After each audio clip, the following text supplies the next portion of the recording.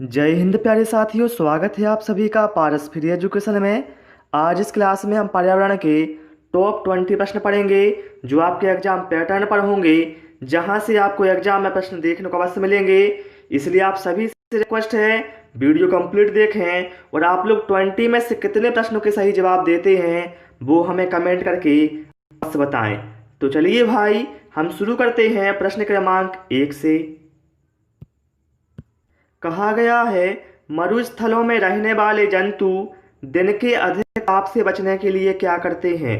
Option है पानी में डूबे रहते हैं, वृक्षों के नीचे बैठते हैं, भूमि के नीचे रहते हैं, या फिर इनमें से कोई नहीं। तो देखिए साथियों, जो मरुस्थलीय क्षेत्र होगा वहाँ पर क्या है, पानी तो भैया ना के बराबर होता है, तो पानी में डूबे रहते हैं, ये तुम्हारा वैसे ही गलत हो जाएगा। फिर क्या है, वृक्षों के नीचे बैठे रहते हैं।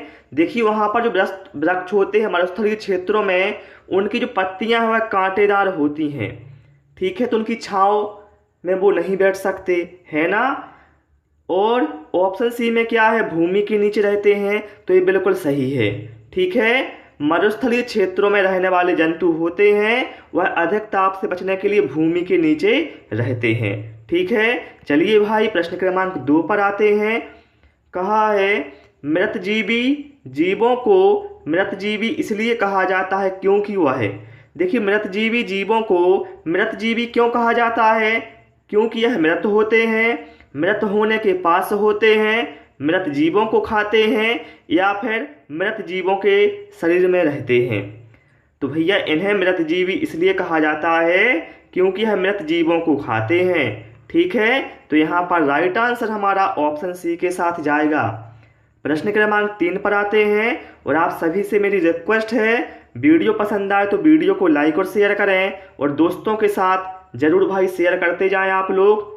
अमरबेल का उदाहरण है, बताना है अमरबेल किस प्रकार का उदाहरण है? रेशेदार जड़ का, परजीवी जड़ का, अवस्तंभ जड़ का, या फिर स्तंभ जड़ का।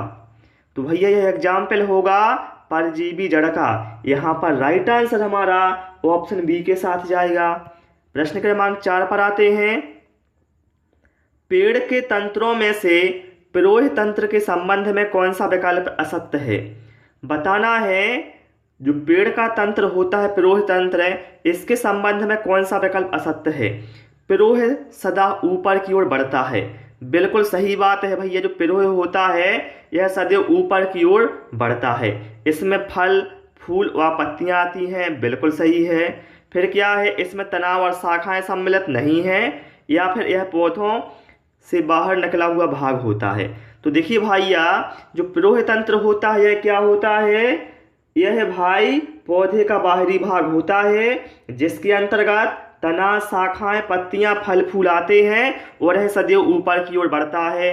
तो भैया यहाँ पर देखिए ऑप्शन ए, ऑप्शन बी और ऑप्शन डी ये सही हैं, लेकिन जो ऑप्शन सी में कहा गया है इसमें तनाव और शाखाएं सम्मिलित नहीं है, यह असत्य है, ठीक है। चलिए भाई, प्रश्न क्रमांक 5 पर आते हैं और आप सभी लोग भी सारे प्रश्नों के आंसर या तो कमेंट करते जाएंगे या कॉपी में नोट करते जाएंगे। कहा है, एशियाई शेर भारत के किस राज्य में पाए जाते हैं? देखिए यहाँ से 2 या 3 प्रश्न बनते हैं। पहला बनता है, एशियाई शेरों के लिए कौन सा अभयारण्य प्रसिद्ध है? तो ध्यान रखना, एशियाई शेरों के लिए गिर अभयारण्य बहुत ही प्रसिद्ध है, ठीक है। दूसरा प्रश्न बनता है, गिर अभयारण्य में कौन से शेर पाए जाते हैं? तो भैया इसमें एशियाई शेर पाए जाते हैं, और ये है कहाँ पर? तो भैया ये गुजरात में है। ध्यान रखना, गिर अभयारण्य गुजरात में है, ठीक है, जिसमें एशियाई शेर पाए जाते हैं। तो यहाँ पर राइट आंसर हमारा ऑप्शन ए के साथ जाएगा। चलिए भाई, प्रश्न क्रमांक 6 पर आते हैं। कहा है, निम्नलिखित में से किस पदार्थ में बायोगैस का निर्माण होता है? बताना है किस पदार्थ से बायोगैस का निर्माण होता है? औद्योगिक कचरा, कार्बनिक पदार्थ, खनिज तेल, या फिर मृत कार्बनिक पदार्थ। बताएं आप लोग, यहाँ पर राइट आंसर क्या होगा? तो भैया यहाँ पर सुधार लेना, यहाँ पर अकार्बनिक पदार्थ है ऑप्शन बी में, ठीक है। तो ध्यान रखना साथियों, ऑप्शन डी में कहा गया है मृत कार्बनिक पदार्थ है, तो बिल्कुल ही करेक्ट आंसर हमारा होगा मृत कार्बनिक पदार्थों से बायोगैस का निर्माण होता है। ठीक है, जैसे पशुओं का मल हो गया, फलों आदि सब्जियों आदि के छिलके हो गए, इस तरह का यूज किया जाता है बायोगैस में। ठीक है, चलिए भाई प्रश्न क्रमांक 7 पर आते हैं।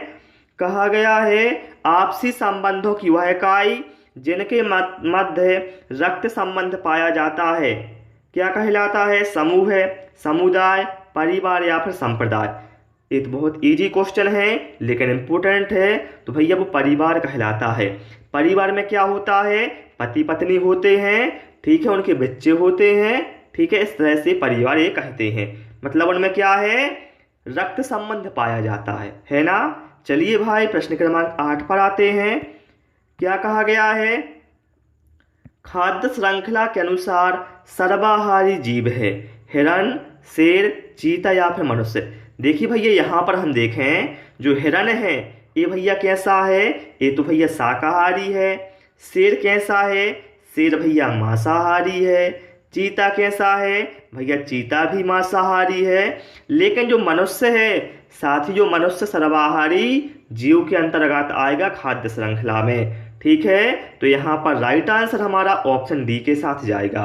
ओके, प्रश्न क्रमांक 9 पर आते हैं। और आप सभी से रिक्वेस्ट है जिन साथियों ने अभी तक हमारे चैनल को सब्सक्राइब नहीं किया है भैया चैनल को सब्सक्राइब अवश्य कर लें। कहा है निम्नलिखित में से मुख्य रूप से किसकी कमी से एनीमिया रोग होता है? विटामिन, लौह तत्व, वसा या फिर प्रोटीन। तो भैया एनीमिया रोग होता है लौह तत्व की कमी से। ठीक है, यहाँ पर राइट आंसर हमारा ऑप्शन बी के साथ जाएगा। ओके, चलिए भाई प्रश्न क्रमांक 10 पर आते हैं। बोरी वन्यजीव अभयारण्य किस प्रदेश में है? बहुत ही इंपॉर्टेंट प्रश्न आ गया है। बताना है यहाँ पर करेक्ट आंसर क्या होगा। तो भाई मेरे यहाँ पर ऑप्शन है मध्य प्रदेश, महाराष्ट्र, उत्तर प्रदेश या फिर उत्तराखंड। तो बोरी वन्यजीव अभयारण्य साथियों भारत के हृदय प्रदेश मध्य प्रदेश में है। यहाँ पर राइट आंसर हमारा ऑप्शन ए के साथ जाएगा। और मध्य प्रदेश में कहाँ पर है? तो भैया मध्य प्रदेश में होशंगाबाद में है, ये भी आप याद रखें। प्रश्न क्रमांक 11 पर आते हैं। किसी परिवार को दर्शाया जाता है, मोस्ट इंपोर्टेंट, पारिवारिक वृक्ष से, पारिवारिक बार चार्ट से, पारिवारिक पाई चार्ट से या फिर किसी से भी। तो भैया मेरे परिवार को किससे दर्शाते हैं? पारिवारिक वृक्ष से दर्शाते हैं। यहाँ पर राइट आंसर साथियों हमारा ऑप्शन ए के साथ जाएगा। ठीक है, ध्यान रखना परिवार दो प्रकार के होते हैं, एकल परिवार और संयुक्त परिवार। एकल परिवार में क्या होता है? माता पिता और उनके अविवाहित बच्चे होते हैं। लेकिन संयुक्त परिवार में क्या है? संयुक्त परिवार में इसके साथ साथ दादा दादी और उनके विवाहित बच्चे भी रहते हैं। ठीक है, ये आप ध्यान रखना। प्रश्न क्रमांक 12 पर आते हैं। और कोई डाउट है आपको तो आप कमेंट में हमसे पूछ सकते हैं। कहा गया है उस समूह की पहचान करें जिसमें केवल जैव निम्नी अपशिष्ट सम्मिलित हैं। देखिए जैव निम्नी अपशिष्ट का मतलब होता है ऐसे पदार्थ है जो आसानी से अपघटित हो जाएं। जैसे यहाँ पर बुलबुले वाला आवरण, पीवीसी पाइप और स्विच बोर्ड। भैया पीवीसी पाइप तो कहाँ से हो जाएगा? जैव निम्नी, तो ये तो वैसे ही काट दो। दूध की थैली, पुराने कपड़े, डीडीटी। भैया डीडीटी जैव निम्नी नहीं है। प्लास्टिक के डिब्बे, घास और उर्वरक। भैया प्लास्टिक के डिब्बे जैव निम्नी नहीं है। ऑप्शन डी में कपड़ा, हाँ जैव निम्नी है। खराब भोजन और सब्जी के छिलके ये आसानी से क्या है? अपघटित हो जाएंगे। तो ये बिल्कुल यहाँ पर हमारा करेक्ट आंसर हो जाएगा। प्रश्न क्रमांक 13 पर आते हैं। कहा है पृथ्वी के वायुमंडल के औसत तापमान में धीरे धीरे वृद्धि को ग्लोबल वार्मिंग कहा जाता है। ठीक है, एक प्रश्न तो यहीं से बन गया कि पृथ्वी के वायुमंडल के औसत तापमान में धीरे धीरे जो वृद्धि होती है उसे क्या कहा जाता है? ग्लोबल वार्मिंग कहा जाता है। फिर क्या है? निम्नलिखित में से कौन सा ग्लोबल वार्मिंग का प्रतिकूल प्रभाव नहीं है? देखिए अति विषम मौसम पैटर्न, समुद्र स्तर वृद्धि, अम्ल वर्षा या फिर ध्रुवीय आइस कैप का गलना। तो देखिए ग्लोबल वार्मिंग की वजह से क्या होता है? देखिए समुद्र स्तर वृद्धि होती है और अति विषम मौसम पैटर्न भी होता है और ध्रुवीय आइस कैप क्या है? गलता है। लेकिन जो अम्ल वर्षा है भैया, अम्ल वर्षा का कोई भी लेना देना नहीं होता है ग्लोबल वार्मिंग से, क्योंकि हम सभी जानते हैं जो अम्ल वर्षा है साथियों, यह है वायुमंडल में सल्फर डाइऑक्साइड और नाइट्रोजन ऑक्साइड के जल के साथ क्रिया होने के फलस्वरूप होती है। ठीक है, तो यहाँ पर राइट आंसर हमारा ऑप्शन सी के साथ जाएगा। प्रश्न क्रमांक 14 पर आते हैं, देखते हैं क्या कहा गया है। ग्रह जिसके आसपास सुंदर वलय होते हैं, वह ग्रह कौन सा है जिसके आसपास सुंदर वलय है? बुध, शनि, बृहस्पति, मंगल या फिर शुक्र। तो भैया वह ग्रह शनि है। ठीक है, वह ग्रह क्या है? शनि है। ठीक है, जिसके आसपास क्या है? सुंदर वलय होते हैं। और इसके साथ साथ ध्यान रखना, सूर्य के सबसे पास कौन है? तो देखिए सूर्य के सबसे पास है बुध है, और सबसे दूर कौन सा है वो आप हमें कमेंट करके अवश्य बताएं। सबसे पहले कौन है? सूर्य के सबसे पास आता है बुध है। ठीक है, चलिए भाई प्रश्न क्रमांक 15 पर आते हैं।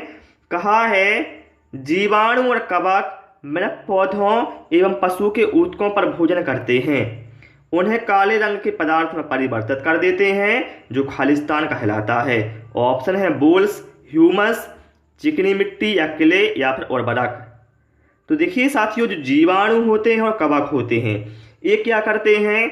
मृत पौधे हो गए या पशु हो गए, इन को क्या करते हैं? अपघटित करते हैं और उन्हें काले रंग के पदार्थ में परिवर्तित कर देते हैं, जो साथियों ह्यूमस कहलाता है। यहाँ पर राइट आंसर हमारा ऑप्शन बी के साथ जाएगा, क्योंकि साथियों हम जानते हैं मृदा में कार्बनिक पदार्थ है जो पेड़ पौधों तथा जंतुओं के अपघटन से बनते हैं, उन्हें ह्यूमस कहा जाता है।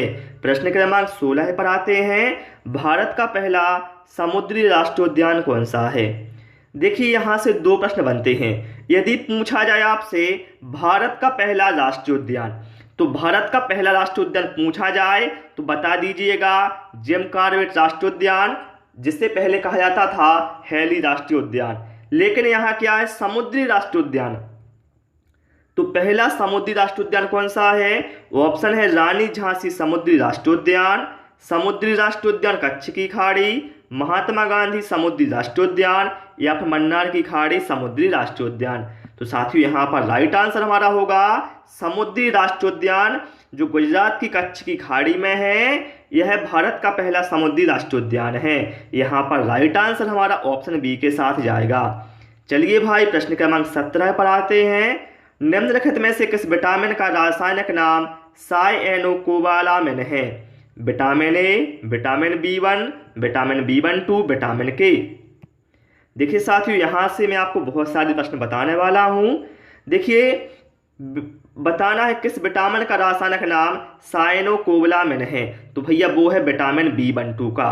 ध्यान रखना विटामिन B12 में कोबाल्ट पाया जाता है, ये भी आप ध्यान रखना। ठीक है, इसके साथ साथ ध्यान रखना जो विटामिन के होता है यह रक्त का थक्का बनने में सहायक होता है।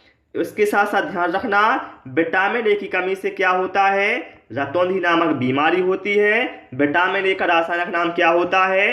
रेटिनॉल होता है। ये सारे पॉइंट आप लोग ध्यान रखना। ठीक है भाई, चलिए प्रश्न क्रमांक 18 पर आते हैं। रात्रि के दौरान आकाश में सबसे चमकीला ग्रह कौन सा है? बुध, मंगल, शनि या फिर शुक्र।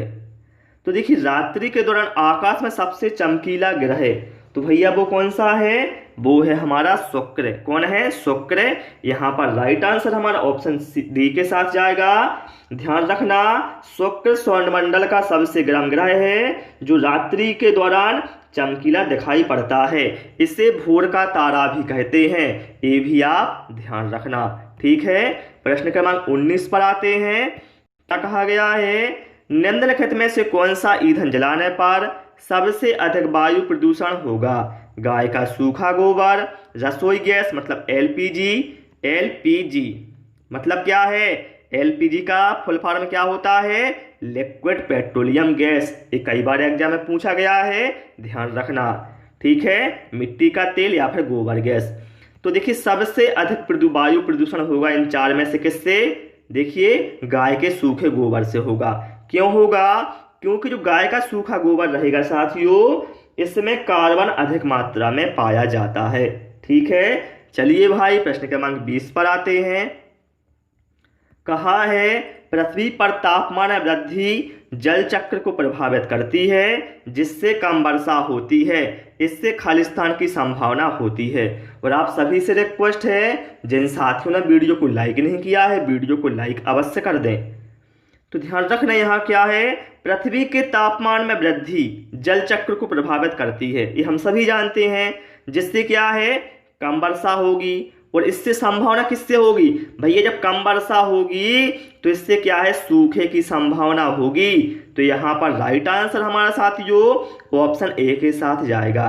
ठीक है, तो प्यारे साथियों इस क्लास में इतना ही। आपको क्लास कैसी लगी आप हमें कमेंट करके बताएं। कोई सुझाव है आपका तो वो भी बता सकते हैं। और आपने 20 में से कितना स्कोर किया है वो हमें कमेंट करके अवश्य बताएं। वीडियो पसंद आया हो तो वीडियो को लाइक करें, दोस्तों के साथ शेयर करें, और इसी तरह के नए नए वीडियो पाने के लिए चैनल को सब्सक्राइब करें। Thanks for watching this video.